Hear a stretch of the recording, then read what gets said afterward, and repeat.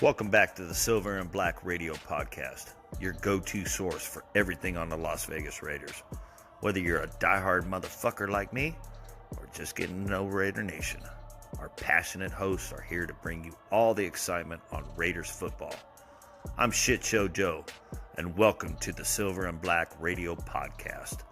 Let's go, Raiders! If not, fuck your team.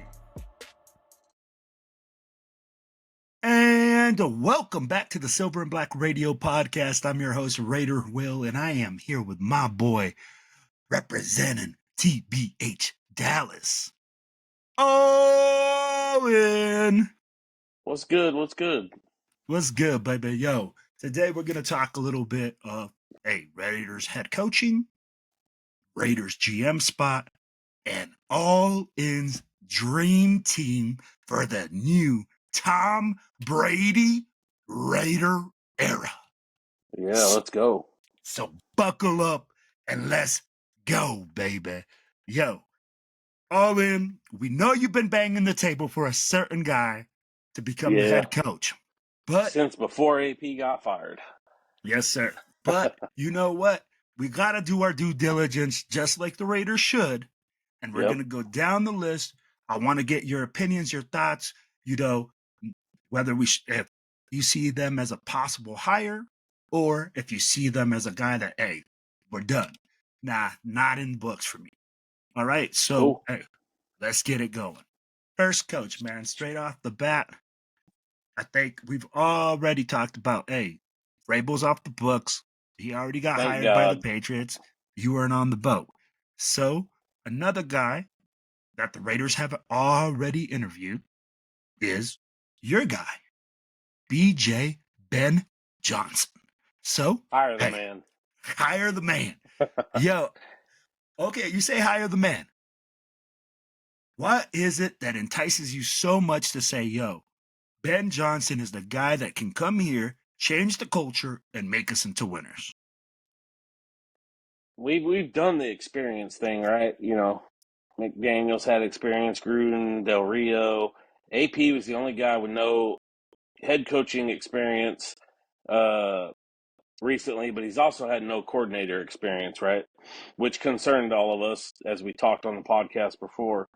Ben Johnson, I think, is the next Sean McVay, Kyle Shanahan type coach, the young, innovative, offensive-minded coach. And I think that's what it takes, especially in our division, man. We need an offensive mind.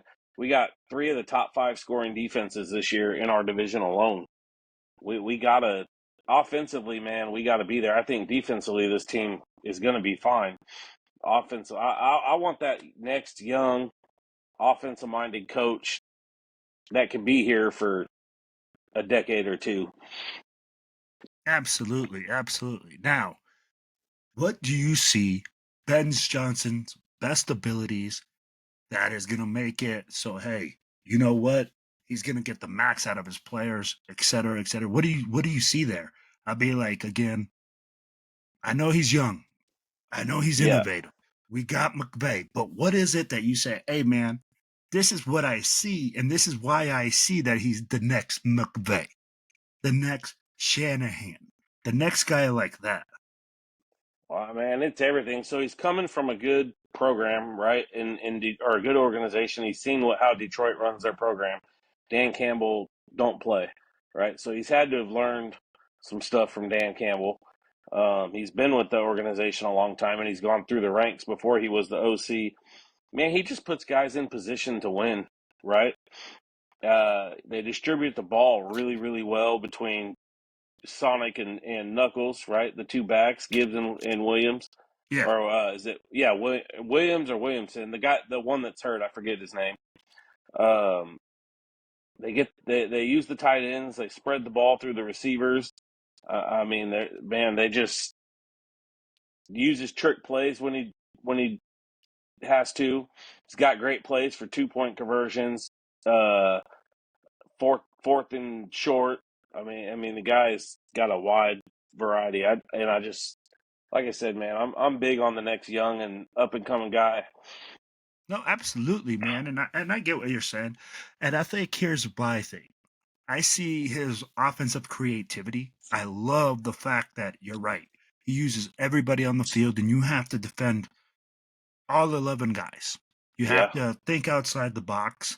Now, my thing is this: he's had a really good quarterback for a really long time. Jared Goff was no slouch. He was already, gone through the trials and tribulations of being the Rams quarterback, which right. Stafford, then went over there and they did a 1-for-1 swap. I mean, like, hey, this isn't like one slouch to another. Now, Oh, Detroit got paid on that deal too. They turned that Matt Stafford deal into some dudes. and again, that's how they're able to build this monster that is Right. right now. Now, with Ben, you see him, hey, he started out at BC, went to Boston College, and he was the offensive coordinator there. Then he goes to Miami. Then, after Miami, he comes to Detroit, where he was hired in 2021, and then he Mm-hmm. got promoted from within. Again, we don't see that head coaching experience, and you're right. He's fresh, but it's not at any level. And when you're making those calls, is Raider Nation going to be able to be patient enough to re-go through this? And I'd be like, again, I don't know. Will he make the same mistakes as AP did and not improve through the whole season? Right. Or will he be a guy that comes in and you know what? He's locked down and he knows everything. I don't know. Again, my concerns are, hey, when you're a fresh head coach that doesn't have that head coaching experience, that doesn't have that, like, hey, I have to be the guy that's making the decisions, like Dan Campbell. We're going for it on 4th down. Yeah.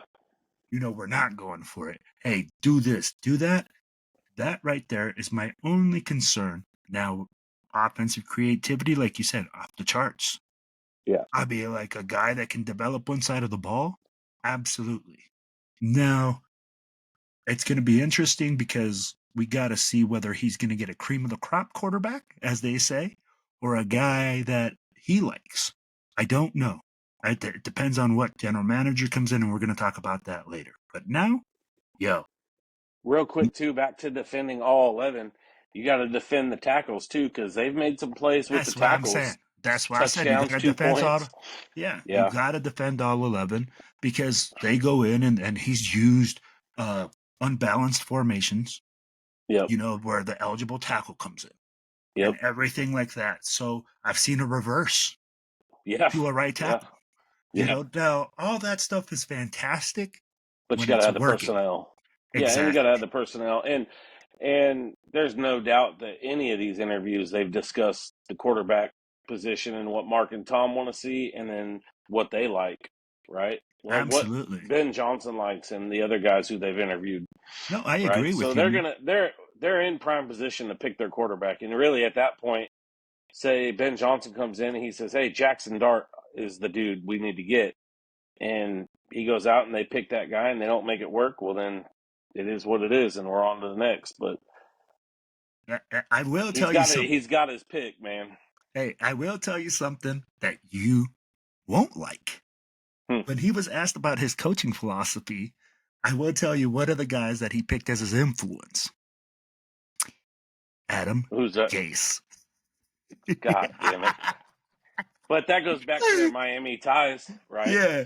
Hey, Adam no, Gase was a shithead coach, but he was an all right coordinator no, for a no, I while. got you. I just knew as soon as I That said guy, that name. fuck, good God, that guy. Hey, and where is he now? Uh, no, absolutely, brother. Absolutely. But God damn that motherfucker. now, hey, now we're going to go on to coach number 2. Let's do it. It's going to be Aaron Glenn, defensive coordinator for the Detroit Lions. Tell me what you like. Tell me what you don't like. Tell me if you see him as the next Raiders head coach. I don't. Solid coordinator. I don't want to go defensive coach, man. Excuse me.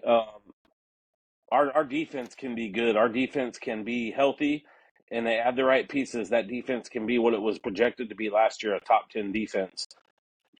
I really, really think we need an offensive guy in the head coaching spot. I think Aaron Glenn is set to go to New Orleans. He's got New Orleans ties. He played there for 8 years. He was drafted by New Orleans. I think Yeah. that's where he lands. You haven't really heard New Orleans interviewing too many guys outside of Aaron Glenn. I just think that's where he's going to land, in my opinion. When you say about ties, that's where you got me. Where you said, "Hey, Aaron Glenn is, he played for the Saints. He was there. He has those deep roots." Yeah, And if he had a positive experience there, I can see him staying. Now, if he yeah, had a negative experience there, for I could sure. see him saying, "Hey, I don't like it. I don't want to be there." Now, what I believe is, like you said, he is a defensive coordinator, but the Raiders, that's their biggest asset right now. Yeah, Bro, like yeah. really, their defense is their biggest asset. So I could see him coming in, and that's enticing to me as a DC. But you have to look at it like you said. Hey, can this guy develop a quarterback? It was Can the this same guy? question we had with AP if he Mm-hmm. was to stay. Who does AP go get? How does he revamp that staff in order to get the offense rolling? Exactly.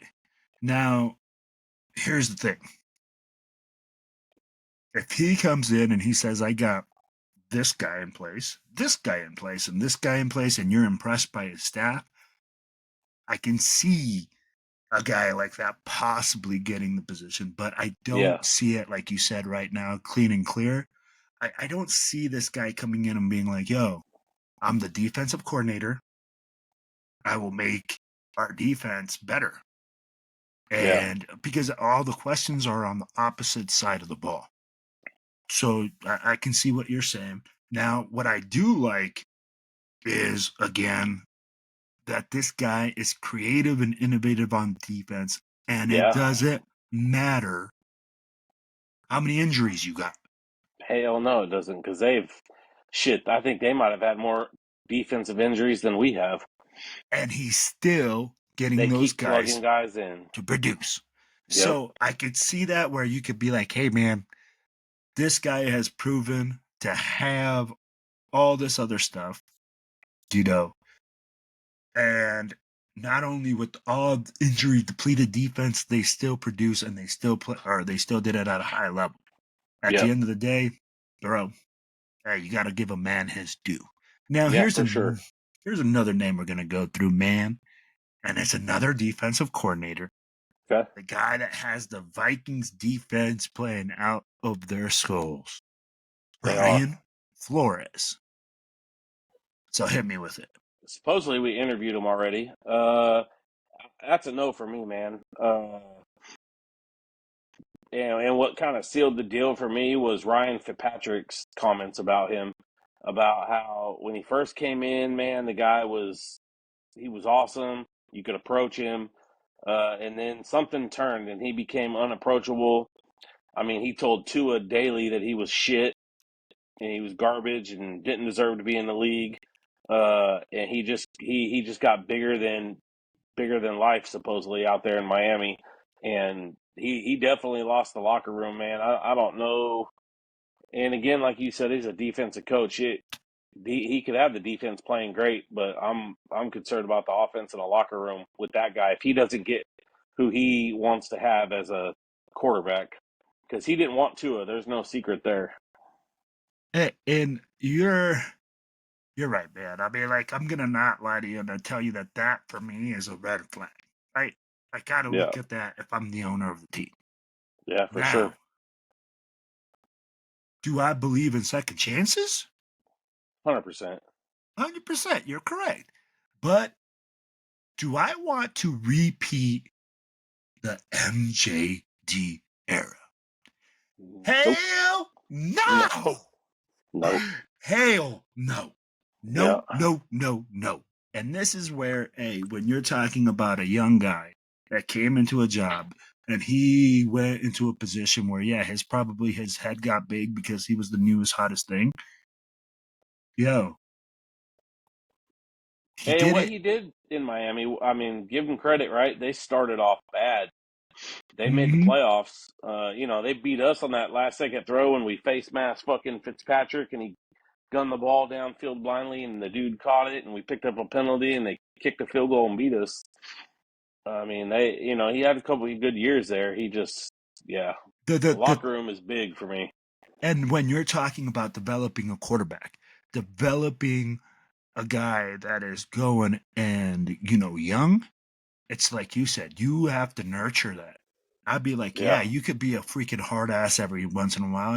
It's just like you have a young child. Yep. You have to know, hey, when to push, when not to push, how to talk to them. And let's be real, man, that shit is not easy. No. Everybody's like sitting here on the couch and saying, like, yeah, man, I could, bro. We are not handling those types of personalities, those types of egos, and that type of money that is coming in and out of those young man's hands. Yeah, okay? Exactly.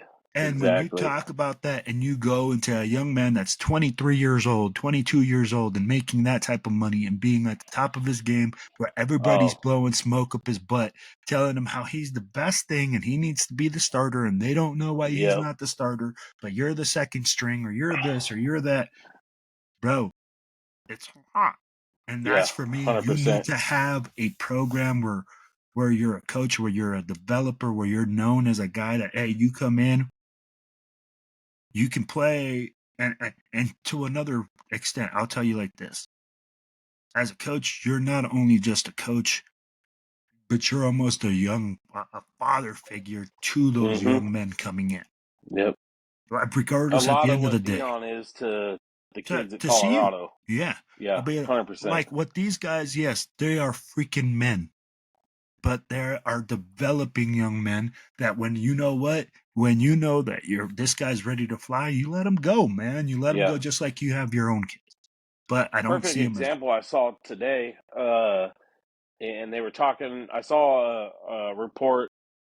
It was about the Broncos, and while Bo Nix had less success at the beginning of the year, and they were saying that Sean Payton was hard as fuck on him and threw a lot at him, and Sean kind of had to dial it back, and that's when Bo started to take off. Well, and the thing is, a lot of coaches overcomplicate their systems because they think that overcomplication really makes it better. Is innovative. But, if it isn't broke, don't fix it. Yeah, 100%. All right, man. So we've gone through 3 coaches. Let's get to number 4. Number 4 is going to be Pete Carroll. No, I'm good. Look, I got no doubt, like, if you brought the dude into the front office, he could help build a team. But what's his 5-year plan? Don't die? I mean... oh, my gosh, bro. Come on now. Come on, man. Coaches live until their 80s now, bro. Don't you see Bill Belichick is out there like he's re-innovative himself. He's living his best life. I'd be re-innovated, too, with 22-year-old pussy and fucking goddamn $10 million a year. Come on, man. Like... right? And all the money you can have to throw at people, like, come on. Like, man, Pete Carroll's a great head coach and a legend, right? Don't take anything from him. One of 3 coaches to win a national championship and a Super Bowl. But, man, that's not the guy we need, I don't think. I really don't. I'm not going to take anything away from what he's done because the dude's earned it. He's a winner. And you know what? So in 5, say 2 to 5 years, 3 to 5 years, he decides he doesn't want to coach anymore. Here we are again. I can see what you're saying. My concern is also as well is that, yeah, you're right. He's on the older side. But I mean, like, other than that, I can't really go and say, like, yo, Pete Carroll, like, I don't have anything to hold against the man. No, he's earned everything positive about him. And they've drafted really well out there in Seattle. And he has good culture. He's a developer. He has a guy that has been a proven winner in college, like you said, at the pros. He's not afraid to move on from a guy, i.e. Russell Wilson. Yep. He's making the right moves at the right... Bro, tell me they didn't bank off not paying Russell Wilson $200 million. 100%. And he said, you know what, bro? You ain't worth that. Yeah, 100%. No, he definitely did. And like I said, man, I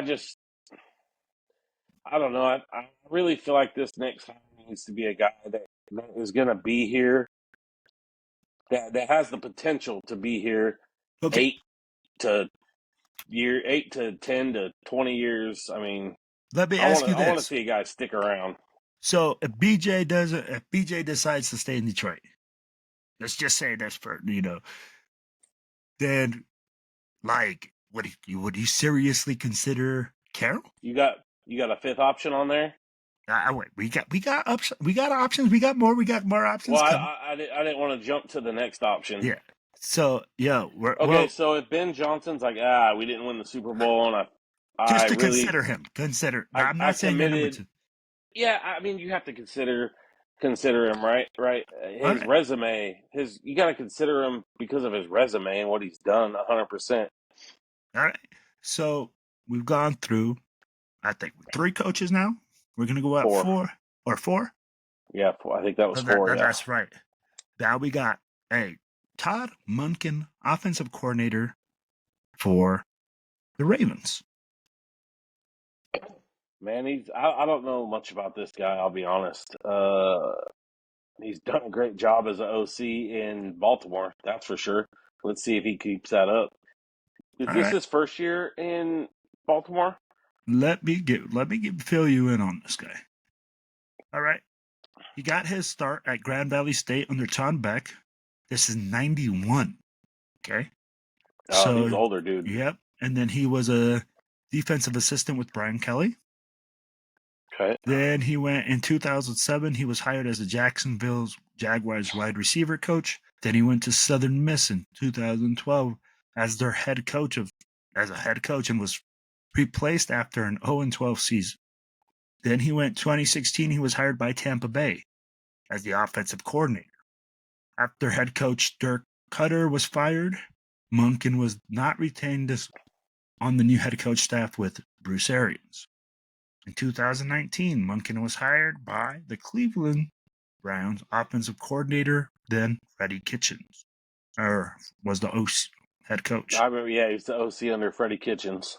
Okay. Then he went to Georgia with Kirby Smart. Okay. Won a national title. Then he comes to Baltimore in 2023. And So he was there last year. Okay. Mm-hmm. So he's got 2 years there. Man, I don't know. Why hasn't he been a head coach before this? Right? He's been in the league. He's been around the league. He's been in coaching for a long time. What's been the holdup? And this is where I think everybody has their time, right? Everybody has, Right. and I think he was hot for a little bit, and then when he got that head coaching job at Southern Miss, he kind of screwed himself. When you go 0-12 as a head coach, people really start going like, dude, like 100%. 0-12, you couldn't get one win. Yeah. So that's where that concern falls, and I'm like, yo, He's down there with Brian Flores for me. I think there's better candidates. I I agree think he with you. might be a good offensive coordinator.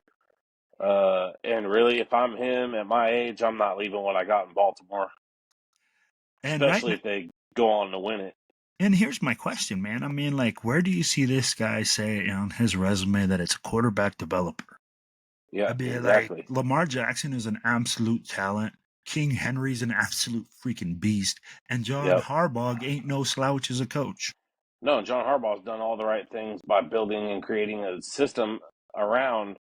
I mean, the system hasn't really changed much. The system is the system that they developed around Lamar, right? What you had to do with a quarterback like Lamar. Lamar, I don't believe, can just go play in any system out there. Absolutely. And that's where, like, when you got a guy like that, for me, like, you got to look at that and say, hey, man, I really don't. I love what he does. Don't get me wrong. Right. They run the ball heavy. They run the ball and they kick your ass. But just because you know what to call with the players you have doesn't mean that you're developing them. No, Especially when you have 100%. a big name like that behind So, and you. he was there last year, right? Yeah. And why did they get their ass whooped against Kansas City? Because they went away from what they did. They threw the ball 40 times or whatever it was a game, and they didn't run the ball. That's on the offensive play caller, changing up what you've done to get you to that point. To a certain extent, we've always said Yeah, this too. The head coach has a big say in what you do. If you yeah, say run the fucking football, run the football. yeah. Now, 100%. you know what? And I believe that has covered all our head coach, right? All our head coach Ah, guys? we're missing a name. Oh, Liam Cohen. Liam Cohen at a Tampa Bay offensive coordinator. Now, hey, hit me with your thoughts on this young man. My opinion, he's right there. We got 1A Ben Johnson, 1B Liam Cohen, I think. Both young, Um, both know yep. it, head coaching experience. He's done a great job with plugging guys in out there in Tampa Bay, and the offense has just kept rolling. And he's done it with a Baker Mayfield who we've all said many times is, and don't fucking, I'm not saying he's sticking around, but with a Gardner Minshew type quarterback, right? That we, Baker, Gardner, and there was one other guy we threw into that deal. But anyways, they're very similar quarterbacks, right? They're gunslingers. They're going to take their chances, probably turn the ball over at least once a game. But you can't deny what he's done out there. And the I, other guy that has zero traction and maybe just he's not interested in being a head coach this year is Joe Brady out there in Buffalo. you're right. I mean, like, hey, maybe he has no traction. Maybe he does have some. Maybe he's just Yeah, not letting it be known. I don't know.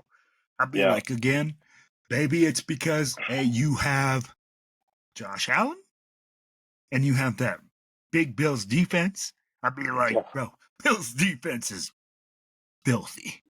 Nasty. So I'd be like, you got a lot of good pieces there. I don't know. Now, what I like about Liam Cohen, he comes from that Shanahan McVay tree. Yep. And when you're talking about that Shanahan McVay tree, you're talking about offensive creativity off the charts. What it concerns me is that this guy, we're basically taking a shot like Gruden 3.0. He's 39 years old. He's young as shit. Yeah. I'd be like real young.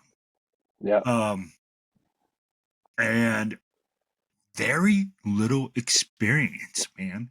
I'd be like, when you talk about like his coaching career, started in 2012 or in 2010. Okay. So he was what, 14 years ago, mid 20s. Yeah, he started real young. He went, hey, he worked with the Browns as their quarterback coach in 2010 through 2013. So that that's his spot. Quarterback is his spot. He has been working with Baker Mayfield. So Baker Mayfield has gotten better. Mm-hmm. Um, then he went to go be the passing game coordinator and quarterbacks coach at his alma mater, which was UMass. Okay. Then he did that, and he was hired by Maine as their offensive coordinator in 2016. He incorporated schemes that he learned from Mark Whipple at UMass. And then he initially decided that he was going to be the offensive coordinator at Holy Cross, but then Okay. he accepted the position with the Rams. Cohen was hired with the Rams as an assistant wide receiver coach in 2018, and then he was reassigned to the quarterback's position in 2020.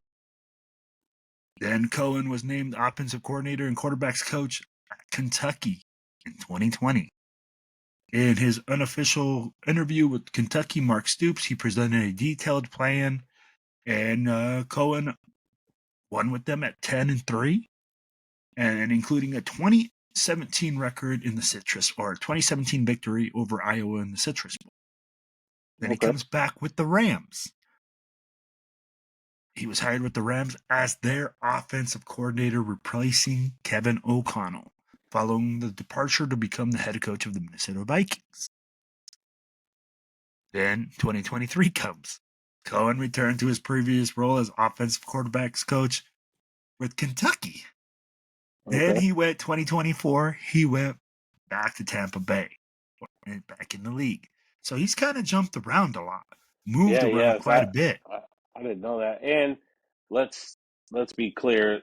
If you're the OC under Sean McVay, you're really just Sean McVay's assistant because he calls the offense. And I mean, like, we see what's going on right now in Atlanta when Raheem Morris, took his then offensive coordinator. Ain't looking too hot. Yeah, he was the defensive guy. Yeah, But I think he took his quarterbacks coach with him or something like that because he brought over those guys from the Rams staff. that's right. That's right. So again, lots of concern because of his inability to stay at one spot. Yeah. And is that, hey, because he's Why having is that? success or other things? Maybe he's like, hey, I'm just trying to develop and get into bigger and better roles. But when you're, Is he chasing money? yeah, I'm But yeah, like, bro, this because is where, typically when you see like a guy like in our industry, in the automotive industry, if they're bouncing around like that, they're either A, a pain in the ass, or B, chasing money. and are you able to develop culture? Yeah. I'd be like, have you been somewhere long enough to even do that? Yeah, exactly. Do you have a plan for that? Yep. So does that still make him your 1A? That it concerns me, but I'd still he's definitely an option because of who he could possibly bring in as a GM to help build a team. I think the other flip side of that is he's been around the block a lot, so he's seen what works and what doesn't work too. So No, absolutely. And that's where we have to look at that. yeah, Again, I was just like, hey, is this a and I don't think concern? we've interviewed him at all, have we? No, not yet. I think he's a guy that was on the list, that's hot on the list right now for, There's another interview we forgot about that's coming up or already took place, and that's old Robert Saleh. oh, Robert Sala. My bad, bro. I think like the guy was such a small blip on the map that I forgot. Hey, But I I'm definitely a no as a head coach, but I wouldn't mind somebody bringing him in as a defensive coordinator if he doesn't get a head coaching job because can't deny what he did out there in San Francisco, and he had a solid defense in New York. They just couldn't get the offense going, and that's why that's a no for me. it's a hell no for me. Yeah, Because I'll be like, again, man, I like what he can do on defense. There's guys 100%. that are meant to be position coaches and Coordinators, guys, yeah, and everything like that. And there's guys that are meant to be coordinators. There's guys that are meant to be head coaches. yeah. This guy excels at building As a defenses. coordinator, yes. Go Yeah. as a DC somewhere, Robert Sala, and go get you a fucking championship, bro. Go to somebody that has them. Come build our defense. Yeah. Take our defense to that next level because I believe he was still in San Francisco in 2020. Yep. And they had the best defense in the league that year. The dude, and they had top level talent. And they had good defense in New York, right? But the offense couldn't keep them on the field stay on the field long enough to give the defense a break. Absolutely. A lot of what we experienced early on in this season. Yeah, hey, you ain't lying. You ain't lying, brother. Yeah, So, as a DC, absolutely. As a head coach, hell no. All right.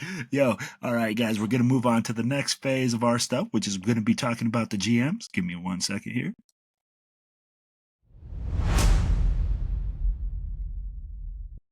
All right, guys, now we're entering second phase here, talking a little bit about the GMs. Everybody seems to be talking a lot about the head coaches and everything like that, but let's be real. You need a 1-2 punch, like I was telling you earlier. Man, you need that MJ and Scottie Pippen. You need that front office. Page. Yeah, that front office guy that's like, I got you, baby. You need this? I'm going to move mountains. I'm going to make it happen. I'm going to bring guys in that are going to be talented, that can fit in your system, and that can excel. That is the role of the GM. And you said something that was key. There are guys that are meant to be coaches, head coaches, coordinators, whatever. There's also guys that are meant to be GMs. 100%. You said, hey, man, we got to look at the success that guys that are rookie GMs have had.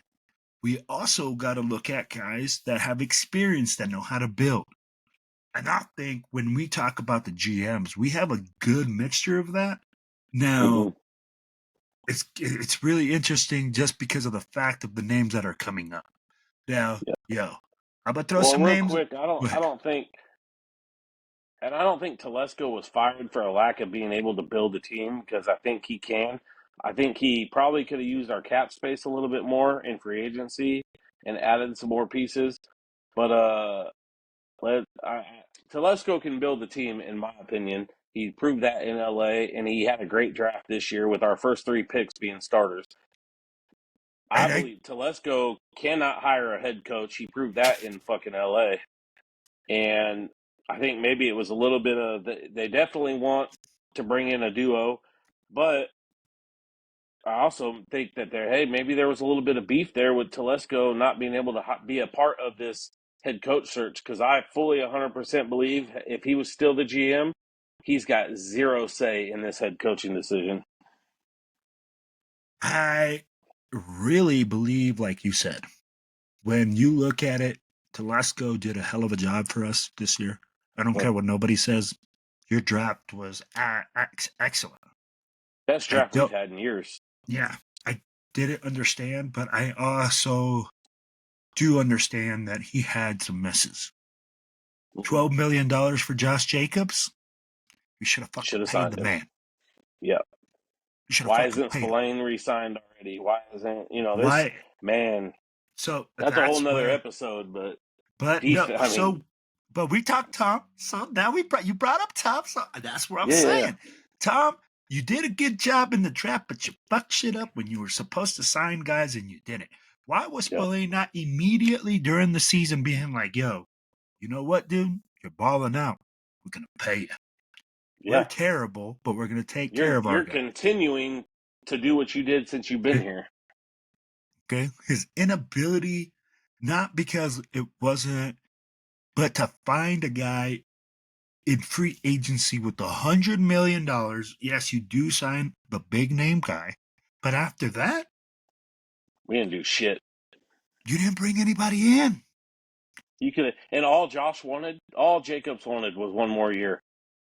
That's it. It wasn't the money. It was the terms, the length. That's all he wanted. And when you look at the running game this year, atrocious. Yeah, and look what the top 3 running backs, 2 are who playing right now in Jacobs and Barkley and Derrick Henry, who got paid less than both those guys, have done for their new teams this year, and look what their teams that they left have done. This year, the running back position has brought back value. Okay? Yeah. And this year, it Thanks has to those shown, 3 guys. And we screwed the pooch because we had one of the 3. Yep. So that's what I think cost Tom Telesco. I think his inability to use that free agency money to keep key guys, because if you're going to build a team, you got to pay the right guys. Yep. You can't just pay any pendejo that comes off the street. And for you guys, that means idiot that comes off the street. Okay. Hey, and I did read something too that that AP was all set to move up in the draft for a quarterback, and Telesco ixnayed that deal. If he did that, then that's that deserve was to the be nail canned. in the coffin. Yeah. Okay. Yeah, don't get me wrong, Brock Bowers is great. But that's the nail in the coffin at the end of the day. Like you said, the valuation of the position. If there was a trade already in place and everything was already done, that's why Tommy's not here. Yeah, you should have made that deal, because you're not going to win without a quarterback. But, as they say, farewell, Tom Telesco. We wish you nothing but the best. We appreciate everything you did, and we think you did a hell of a job when you came to drafting, but you screwed the pooch when it came to signing guys and paying people. So, we're going to move on to our first person here. And here is a name that has been in the league for 20 years, Scott Pioli. Bro, hit me with your thoughts on Scott Pioli, and I'll hit you with his resume real quick, all right? Yeah. So, let me hit you with the resume. And this guy got an extensive one, so guys, be patient with me. Okay, Cleveland Browns and Baltimore Ravens in 92. Pro personnel assistant by Bill Belichick. So he was with them in Cleveland. He was responsible for the evaluation of both college and veteran free agents. When the Browns moved to Baltimore after the 95 season, Pioli stayed with the team and was promoted to pro personnel coordinator for the 96 Ravens, and he drafted Jonathan Ogden and Ray Lewis, and he was part of that Ossie Newsome group. Yeah. Okay? So I'll be like, those dudes can draft. Yeah. In 97, Pioli rejoined Belichick with the Jets. We all know what happened with the Jets. He was let go. Then he rejoins Belichick with the Patriots in the 2000s. And in 2009, after the 2008 season, Pioli interviewed for the Cleveland Browns to replace the recently fired Phil Savage as a team general manager. Though initially seen as a long shot, Pioli was also interviewed by the Kansas City Chiefs. And then he got the Chiefs job in 2009. And he brought Herman Edwards. Then he hired Charlie Weiss in 2010. In 2011, the Chiefs are 7-9. And let's see here. Then he's still with the Chiefs in 2012. And that was his last year. They went 2-14. He hired Todd Haley. So his coaching hires are terrible. Bad. Then he hires Cromell, and he is released by them. And then in 2014, he was hired by the Falcons, and in 2019, he resigned. So, what's your thoughts on Pioli? Go ahead and put him at the bottom of the list. Basura, as they say. I'm not interested at all. We could keep it moving. While the guy has the ability to draft, I think what I don't like is his ability to hire coaches. Yeah. And his Which ability was to. Tom Telesco's problem. And again, I mean, like when you're talking about guys that have had success and stuff like that, you have to look at that. You have to say, hey, was this guy able to hire a coach and bring him on the staff and have longevity with him? If you don't have that, then you have to prove that, hey, you're an up-and-coming guy, or you have something that the coach was just trash and your roster was great. Yeah. Just be real. So he doesn't cover any of those for me. So, No. Scott Pioli, you're out. Now Deuces. we're going to go to another guy that's been in the league for a while, man. And, he, of course, New England ties. Mm-hmm. It's going to be Thomas Dimitroff. So, let me hit you with his background. And he's younger, man. That's something I do like. He's 58 years old. He's not on the way older side. He's a little bit younger. So, let's see here. Dimitroff was with the Cleveland Browns with Scott Pioli in that 92-93 season. In 94, he became a full-time area scout for the Detroit Lions. Held that position until 97. Then he held that. They weren't great. Yeah, and then he held the similar position with the Browns from 98 through 2001. So he was a scout for that time. Then he goes to New England in 2002, they rejoin up with Bill Belichick and Pioli. Then, of course, they have all those years of success. In 2008, he goes on to be the Falcons general manager, and we know that Pioli came to be his assistant general manager in 2009. So, I mean, like, those two guys are kind of tied at the hip, but Dimitrov stays there till 2020. Okay.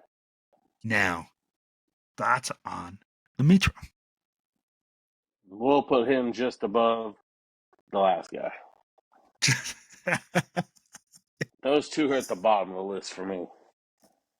I'm going to tell you something, and I like Dimitrov. I think he has a lot of innovation in his mind, and he looks for players that are key. My thing is this. I have to look at the players he drafted from 2009 through 2002. In Atlanta? Yeah. Were those guys key players? Some good teams, yeah. Were those guys good? Yeah, exactly. Was it the head coaching? What was it that wasn't making them successful? Right. Now, did you make playoff runs? Did you see this? All those things. I mean, like, those are key things. And I mean, like, he got fired when Dan Quinn came. Yeah. He started off 0-5. And he's been out of the league now for 2 years, 3 years. In 2000, ever since then, he's been out. So that that's for another me, no for me. That kind of like turns me off, because that means, do you still have the connections to these players, or has he been a guy that's just like, yo, still in tune to the game, because he did start a football analytics company. Okay. So I'd be like, is he keeping track of these college players? Is he watching on? If he's still on that tip, he might be all right. He might be all right. Yeah. But again, concern. Now, the next guy, and hey, it's a retread, and we know we don't like retreads, but nope, I'm over retreads, but I know where you're going with this one. Dave Ziegler. I don't think Dave should have ever been fired. I think Dave got overrode by Josh McDaniels. I thought Dave should have had a chance to stick around and work with AP and prove and see what he could do. That being said, man, the Brady ties make sense. But I no, I don't. I'm not going to say no 100%, but I also don't know that. I just don't know, man. For me, if you're bringing him back, bro, you're going to have to grease some wheels. Mm-hmm. You might have to kiss some booty. Yeah.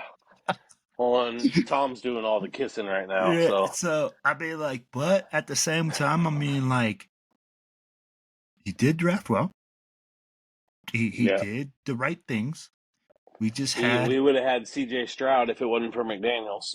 Yeah, exactly. Now, is this going to be a situation where the GM hires the player or finds the players, or the head coach? That's going to be the question there. If he goes and if he comes back and they say, hey, the head coach is going to have all the power, I don't see Dave Ziegler coming back. No, I don't see Dave coming back either.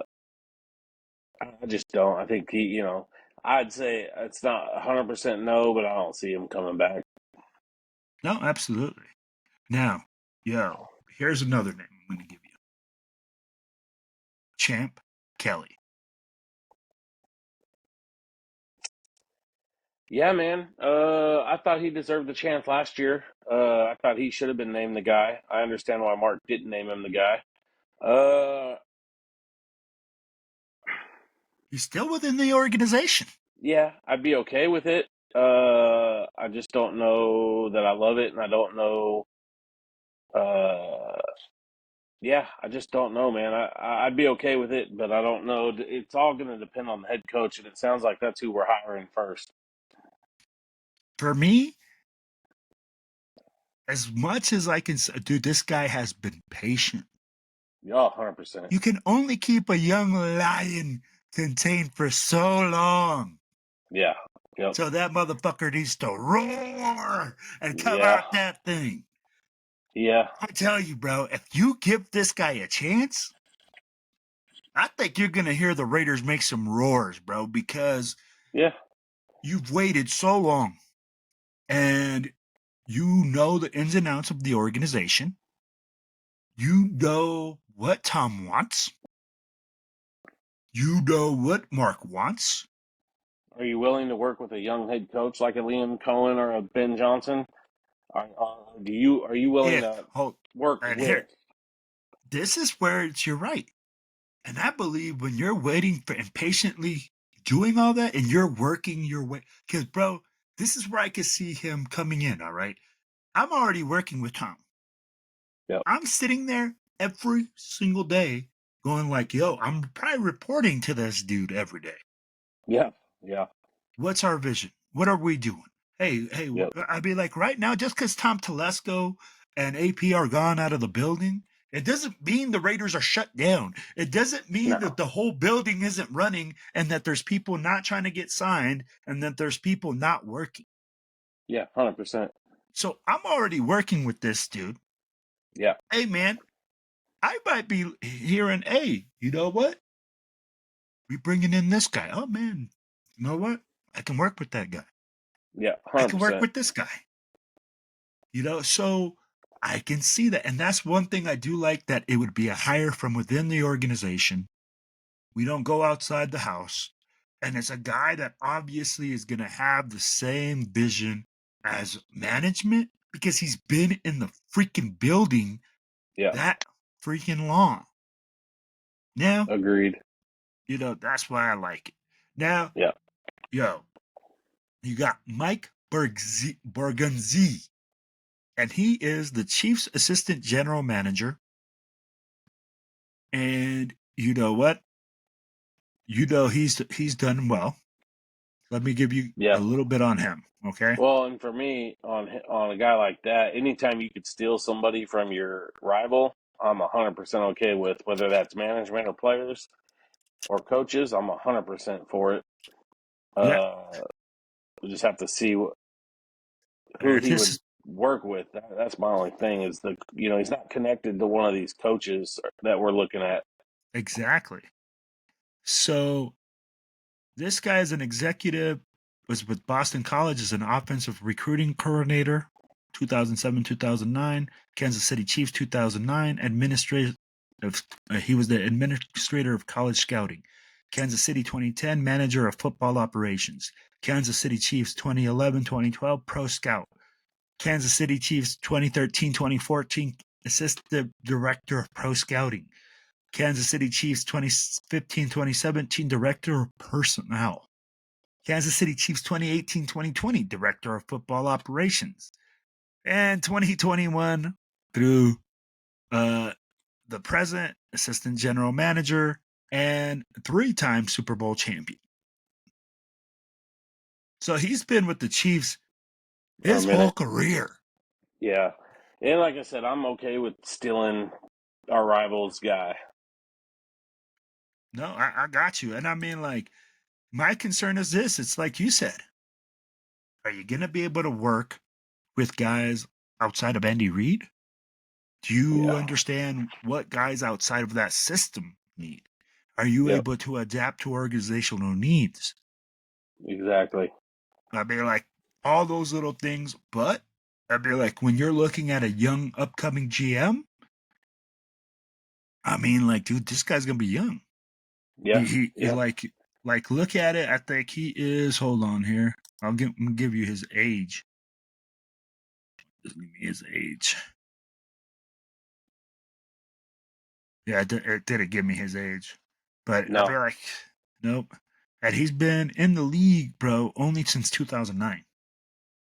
Okay, so he's young. Yeah, so he's real young. That's why I'm like, that sounds interesting to me. And like you said, if you feel like this guy is a good shot caller and a guy that's been integral to that system, And you could steal him from your rival, take him. Yep. And the last name, 100%. bro. Well, no, because we got a dark horse as well. I got Ed Dobbs here, this guy has been a name on the Raiders. A couple years. Mark really, really likes him. I think this guy's interviewed more with Mark. I bet you he comes in and probably has just free drinks and food by now. He's like, "What's up, Mark? Like, what are you doing?" He's got a key card. Nice yearly visit. Yeah. Nice yearly visit to Las Vegas. I come down here quite often. So I think he's up there on the list. For a guy like that, though, he's like the KC guy. He's not connected to any coach. I got a feeling that whoever we hire is going to be connected to the head coach somehow, some way. So you don't feel like they're going to have a guy that is not connected with the other? I don't. I think if it's Ben Johnson, it's going to be the Detroit assistant.